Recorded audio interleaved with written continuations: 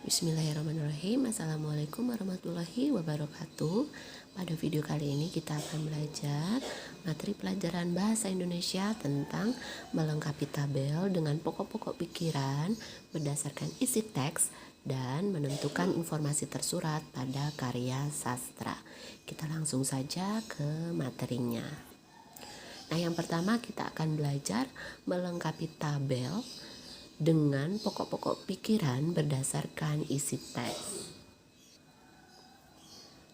Untuk materi ini biasanya nanti akan ada tabel yang rumpang atau yang kosong, yang di titik-titik yang harus kalian isi.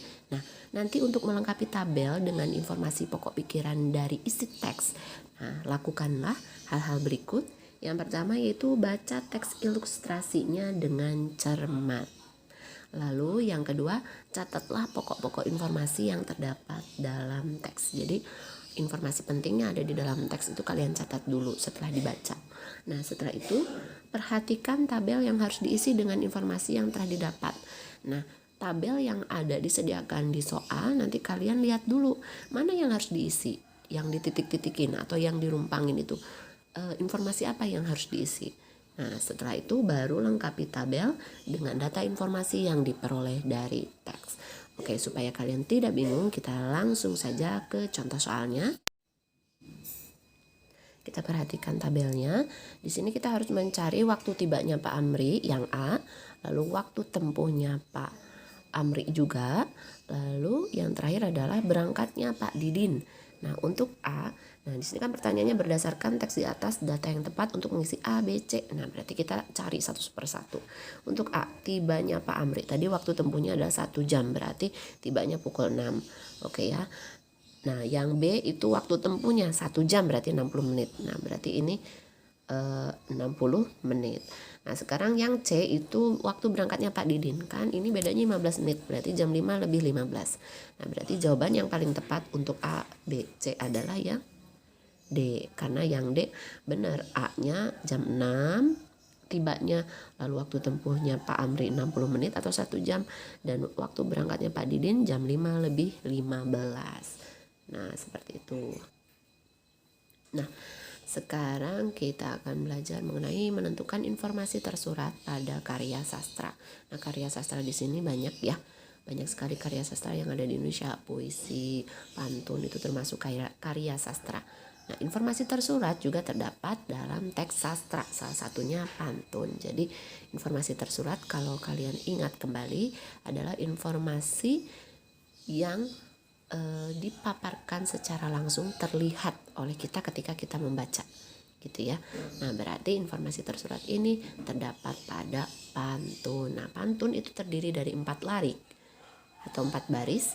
Nah, larik pertama dan kedua disebut sampiran, lalu larik ketiga dan keempat disebut isi. Nah, informasi tersurat atau isi yang terkandung dalam pantun itu terdapat di baris ketiga dan keempat. Oke, kita langsung lihat pembahasannya. Nah, ini contoh dari pantunnya. Ke pasar beli sabun buat mandi supaya wangi. Agar paham belajar pantun, bacalah artikel di situs ini. Nah, di sini pantun ini memiliki 4 baris. Nah, dalam 1 bait. Nah, ini namanya 1 bait ya. Ini 1 bait. Gitu. Nah, ada 4 baris dalam 1 bait pantun. Nah, ini namanya sampiran. Ini baris ke-1 dan kedua, dan ini namanya isi atau isi pantun baris ketiga dan keempat. Nah, informasi tersuratnya ada di baris ketiga dan keempat gitu. Nah, jenis pantunnya ini adalah pantun nasihat. Nah, maksud dari isi dari pantun ini adalah membaca di situs ini supaya lebih paham. Jadi kalau kita membaca di situs ini maka akan lebih paham. Nah, ini adalah contoh dari pantun. Kita langsung saja ke contoh soalnya. Bacalah pantun berikut. Ada salam dari si Puji, salam manis untuk semua. Siang malam belajar mengaji agar pandai ilmu agama. Nah, pertanyaannya adalah isi yang terkandung dalam pantun di atas, maka kita hanya cermati saja baris ketiga dan keempat. Siang malam belajar mengaji agar pandai ilmu agama. Berarti jawabannya yang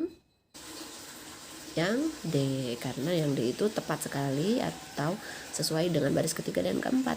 Belajar mengaji setiap saat agar pandai ilmu agama. Oke, contoh yang lainnya. Baca pantun berikut. Ke kota Pekanbaru membeli ulos. Beli ulos penuh bergambar. Anak sekolah jangan membolos, jika membolos tak jadi pintar.